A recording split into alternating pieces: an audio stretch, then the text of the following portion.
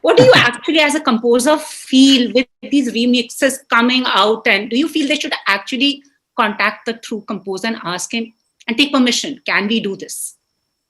Yeah, I think that is the ethic, because people in very adverse situation, many things are done, and you need to respect that. When people are alive, composer, lyricists are alive, you need to ask them, and even singers. And now also some people remix, and they don't even put the name of the original composer, lyricist. The people who have, so they call it recreation, I believe. I think the whole system has to understand that need to have respect. And also there's so many amazing talent out there. Ask them to do something fresh, because that's what is, be fresh water, be running water, not still water. For all film related interviews, reviews, and content, please like and subscribe to Pooja Talwar. You can also follow me on Twitter and on Instagram. Lovely to meet you, Rahman sir and Ehan. Welcome and thank you so much for speaking to me. So, Rahman sir, the memory that's coming to me is 2004 in the UK. It was my first meeting with you. You were composing for Bombay Dreams. So you told me, I felt with Roja, I have achieved a milestone and everything else that I get is a bonus. Now, it's been nearly 3 decades since Roja happened, and we are talking about 99 songs. And you have just given one milestone after another. You've just been creating them. So, what has changed and what hasn't in this remarkable journey? I think expansion, I would say, because when I started, it was just about music. And when I went to UK, then I realized there are so many different roads which has to be put by people who are empowered like me. And it's much easier for people like me to do that rather than expecting somebody else to do. For instance, I was expecting somebody to start this conservatory back. We need a Western classical conservatory, because most of the movie music is all orchestral music. And orchestral music needs nurturing. They need proper conservatories to teach them how to play dynamics and harmony, counterpoint, all the stuff. And I was waiting for someone to start it, and then realized there's no someone, it's you. And but I don't know anything about it. How can I do it? I said, let's jump into the fire and see what happens. And so within 2 weeks, we just said, let's announce and let's see what fun. Even if we fail, it's fine. There was a good intention. And then boom, people started coming in. And then they said, oh, we'll teach you. This is great that you started it. We felt like a lot of Western teachers from abroad and India came in. We started it. We were just stumbling a bit. And then after 2 years, my sister took over. It got settled. And then she's now taking care of it. And I just go. And we have this beautiful place where I think Ehan has learned for a year. And some of the best teachers and the students come out, and I'm like, oh my God, this is a dream to see Indian people playing with this kind of a virtuoso, kind of thing. Same way, movies are made in a very, very interesting fashion in India, and extraordinary filmmakers, and we love them, and we go to the movies, we see extraordinary actors, extraordinary technicians. Then I felt like there's no music-oriented movies coming in with the vision of music. So everything should have a different voice. If everybody tries to copy the same thing, one item song, on this song, pump it for four weeks, this formula has to break, because people need to hear the other side, And how can that happen? And is that again, it went into, if there is no door, create the door. And so I said, okay, let's go on it. Let's start a movie. And it's post-Oscars, the world is fully bright and adulation, drowned in adulation constantly. And all over the world, you go there. I was so proud of you. Said, okay, now it's a time to jump into the fire again. Wow. And let's do this. And this idea came in 100 foot. I was being on a flight. I think 2010 was a very testing year for me. Dodged many bullets, personally and professionally. Finished all this. There was a strange accident in Detroit. Went back and performed free for those people who bought the tickets. Wow. Did all the stuff, coming out in a very lighter mode. And when I came back, I felt like on the way I got this idea, like, let's do a story about music. What if it's a fairy tale? One guy has to write 100 songs to win a girl. And then that led to me telling the story to everyone. They were all smiling. I said, it's an interesting story. I think you can do this. And that led to finding the producer, finding the director, finding Ehan, and finding a distributor, which is Geo. And Geo was coming in as a new company, and then Jyoti she came in and she saw my two movies. Actually, I did a virtual reality thing. I just played a little bit of that, and then I played 20 minutes of 99 songs. And she was like, "Oh my God, I'm so happy. There's something new happening here." So she was seeing the vision behind the company and what I was trying to do. Then immediately bought this movie. It took some time because Ehan is a new face. Yeah. And you understand the industry works in like, if you have a star, the biggest star, the people bite immediately. You have this thing. But I'm just a composer. I come in the hierarchy, probably in the 6th or 7th.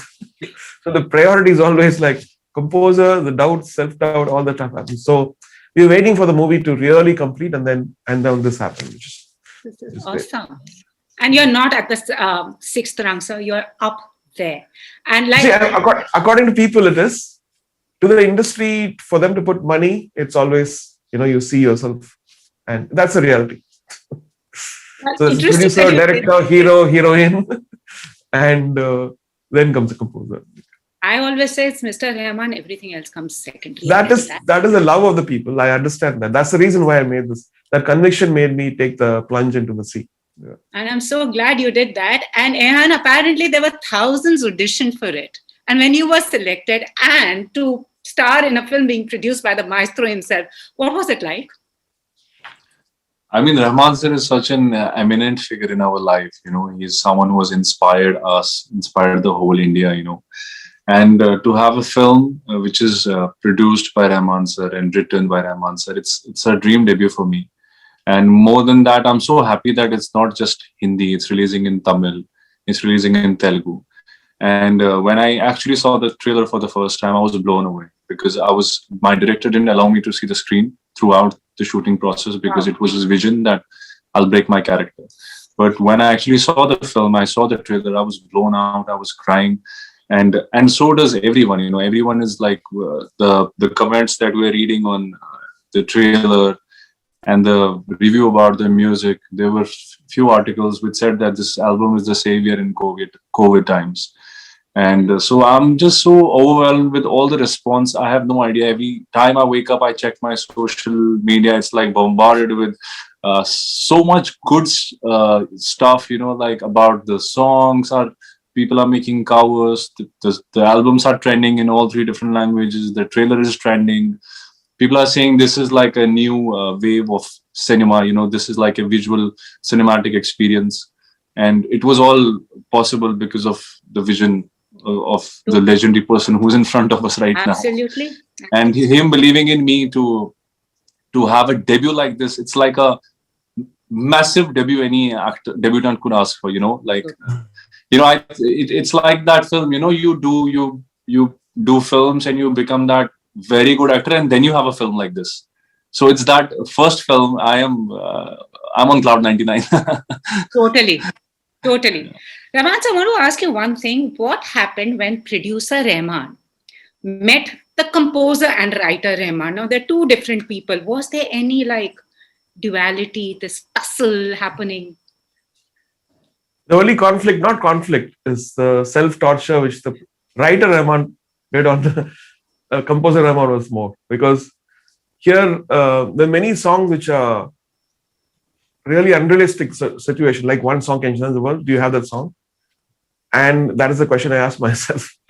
I have to write that for this movie, and I have to make people convince people that this is the song which she did, which changed the world. And it's very subjective, right? The greatest song which changed your life is different from the what song changed my life. And so there are many other things which I want to do musically, which I knew that nobody else would accept it. Like the Hum Nawa song. It has a kind of Bach fugue kind of a start.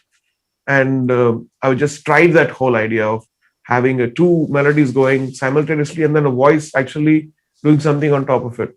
And it has to sound Indian. It has to be in Hindi, Tamil, Telugu. So how do you just, and then the jazz, you have this icon called Usha. We all grew up with her, singing jazz, and oh my God. So it is actually inspired by her character. There's a character in this called Sheila. And so we wanted to do a song which is jazz, but also have the Indianness in it. And then you don't know where it starts and where it ends, where the Indian starts and where it goes to jazz, and from where jazz goes to India. So that those kind of ideas, which I wouldn't be, I never got those situations, past 29 years. So those are the things I want to do, like things which are ignored or or overlooked. Yeah. Take those and then probably build on things which, so people get something new. They won't have formulaic music. They'll have something, whether they like it or not, it will be different. Totally. And Ehan, when you were learning piano from Sir, and we've all seen the BTS, I would have been trembling because I anyways don't have a musical note. So, but what was that experience like for you? I mean, when the master, the perfectionist is telling you, this is the way you go. If you notice in the video, I'm playing everything wrong. His aura around me is always like someone, I have personally like idolized, and I know Sir since like 4 years now, probably more. And it's still like every time I meet him, it's like the first time. What is he like on the set though?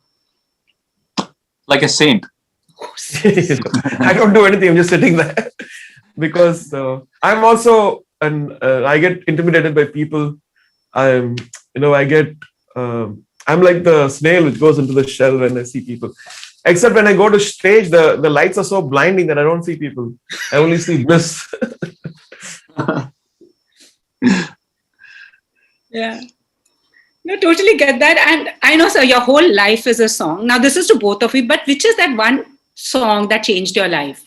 I mean, for me, there is a Rahman melody for every moment. Like, Dil Se Re is on loop.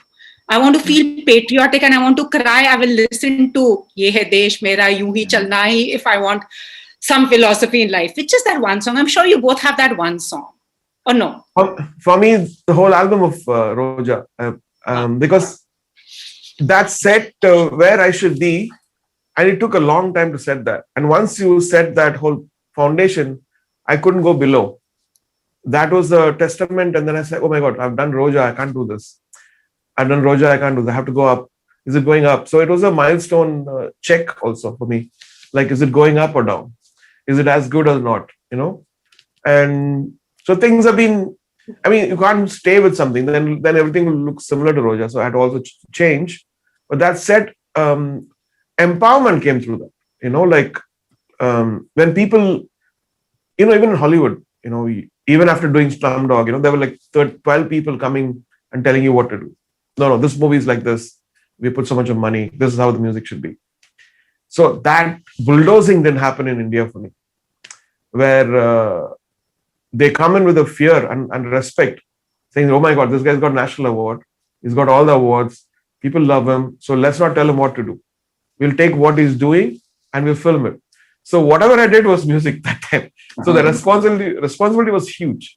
Whether I did folk or whether I did Carnatic or whether I did Hindustani, people respected. And that respect gave me, like, I had to work so hard is it matching to the thing? Because they're not asking, but future, I want to be proud of this. I don't want to put my head down.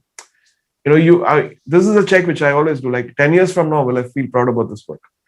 Or will I feel like, oh, I should have done better? So we give it everything. I tell my team the same thing. True, sir. And which is that one for you? It's not one song. It's 99 songs that changed my entire life. Totally. And Jwalamukhi, all your fans have been writing to me saying the emotion behind that. Yeah, like how you said, like there's a song for every situation that Rahman sir has given us. Like Kun Faya Kun is my that daily to go morning song when I want to find comfort, want to connect with the divine.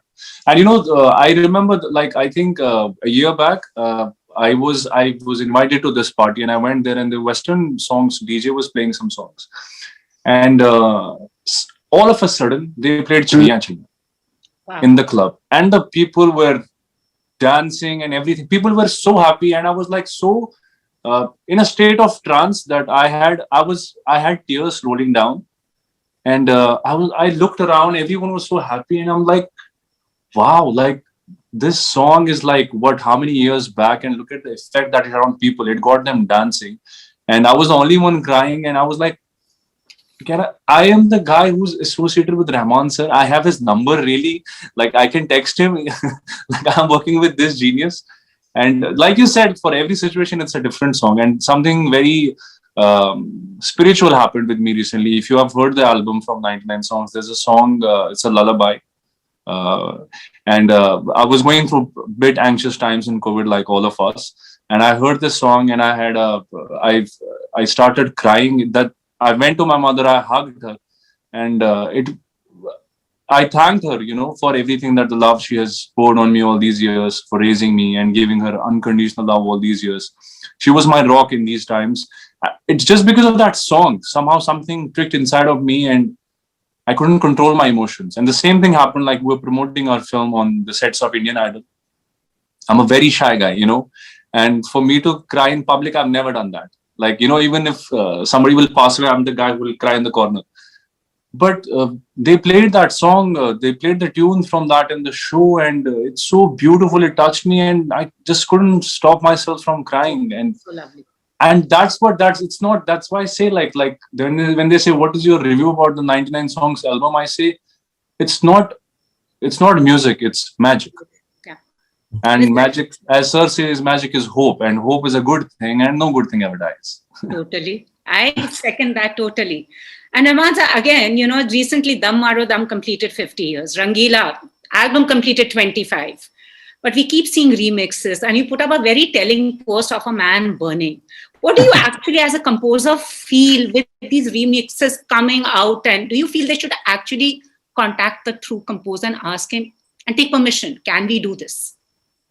Yeah, I think that is the ethic, because people in very adverse situation, many things are done, and you need to respect that. When people are alive, composer, lyricists are alive, you need to ask them, and even singers. And also, when you take an album, like any album, which is like, probably take Delhi 6 as an example, that releases, and Delhi is a place, and this movie is about Delhi, and there's so many memories, and the movie comes in, that memory mixes with the music and the movie, it forms a whole experience of your life. Suddenly somebody takes that and then do something different for another movie.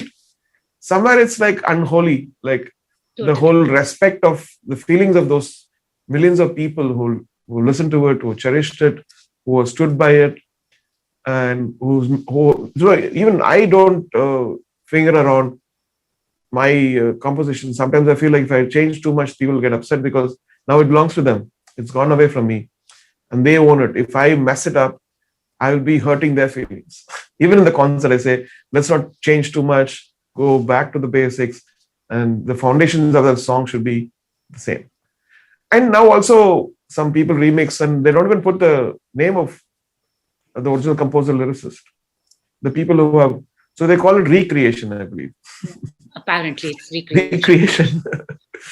And so no, I think it's not to do with the musicians, because the musicians are listening to, everybody has to survive. I think the whole system has to understand that need to have respect. And also there's so many amazing talent out there. Ask them to do something fresh, because that's what is, be fresh water, be running water, not still water. Totally, very And well. we are not in dearth of creativity. India is the most creative place, and there's a full army of young people waiting to do beautiful things. Encourage all of them to do original things and promote them. Yeah. Totally. And as I also mentioned, you've always given us new sound, new stuff. But there's recent trend in the industry when you have three composers composing for one film. Many composers don't want to do that. What's your take on this? One film, three composers. I think some movies can take that.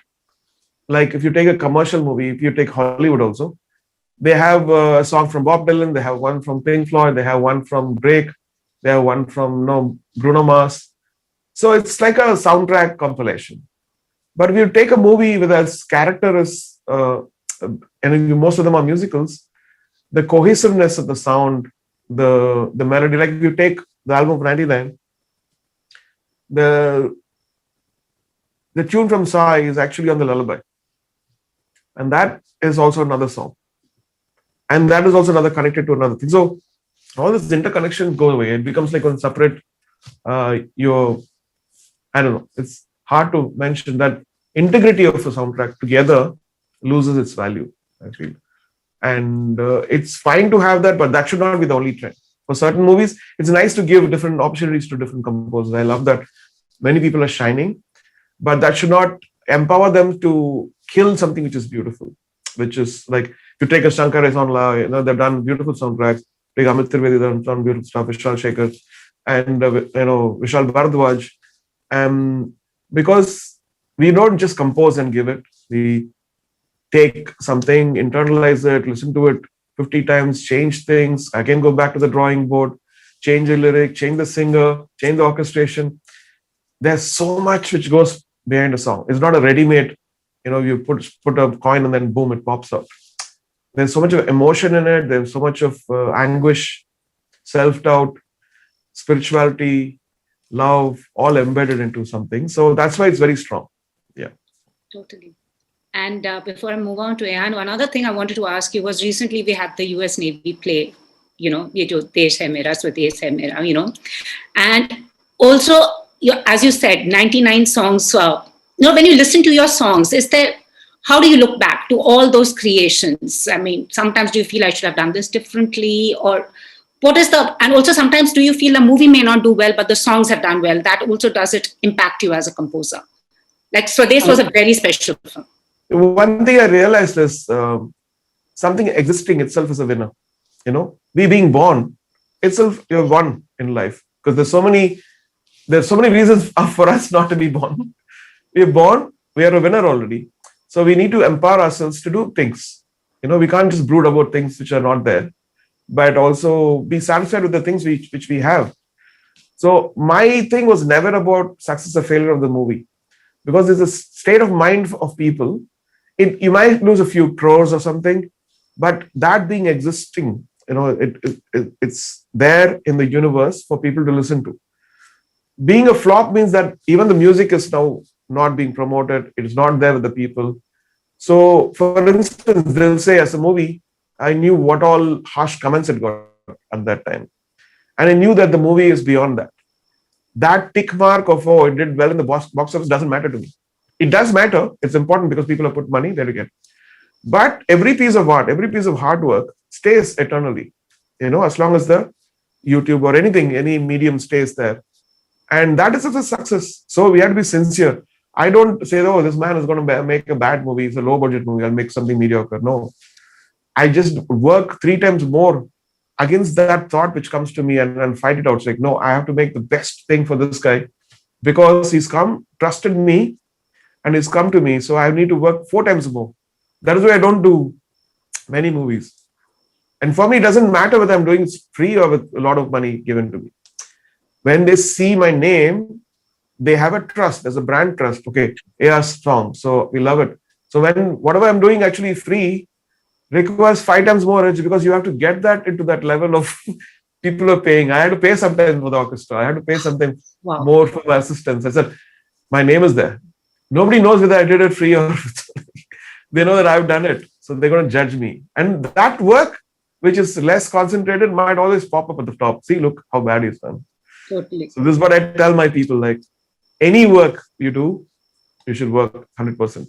So what was your reaction when the US band was playing Swadesh Hai Mera? I mean, it was rather emotional for me. So I felt like, I think we all should feel proud about it, because our music penetrating there and that happening is probably the success of Indian music industry, film industry, and the impact of what it's done. Thanks to Ashutosh Pawarikar and Javed Akhtar and Shah Rukh Khan. So Ehan, your most moment that you will never forget in time after this. Now the movie is finally releasing. Any Friday jitters to both of you? Yeah, it's like in these times, the film is releasing in theaters. We couldn't have asked for anything better than this. Whereas a lot of massive ones are releasing on OTT, we're getting a theatrical release, which is not just in 3 languages. What's that? So that itself is a big statement. Like, our movie releasing in 3 languages all around the world. It's such a big step. I want to thank Jio for this, for their lovely gesture and the belief in our movie. And I want to thank all the people who are supporting this movie and tweeting about it and going to the theaters, in spite of all the things against the movie anyway. So, yeah. Totally. And thank you so much for speaking to me, Rahman. So as you said, 99 songs for a girl he loves. Are you romantic at heart? Because you have given us tremendous love songs. There's only a Always. romantic can come up with this. I love everything. as I told in the Oscars, I see everything with a glass of love. So everything becomes love. Your And the most most favorite horrend- love song, which is that one song that keeps playing in your studio. You can tell us that. Oh wow. Nothing plays in the studio. The only for the song we're mixing only plays. But anything which is done with love, I like. An act of kindness, or it could be a building, an architecture, it could be poetry, it could be anything. Anything done with love, I love. Yeah. Okay. And lastly, somebody's asked me to ask you, how come you've never formed a band? Which band? Why haven't you formed a band after collaborating with bands and, I was in a super band with Mick Jagger and Damian Marley, and so actually we're forming mini bands always. Each song is a band, and yeah. So thank you so much. And also, you should be a proud father. I love your daughter and the stand she takes, so I think she gets it from you. I don't know. Actually, they say children are through you, not from you. I believe that she is getting from a source, and I'm very proud of her. And I hope she does more great things and stands for all the oppressed. Yeah. Thank you so much. And all the very best for 99 songs. And lovely chatting with you both. All the very best. All right, Thank you so much. Thank you. Bye-bye. If you've liked this interview, please like, share, and subscribe. Follow me on Twitter and Instagram.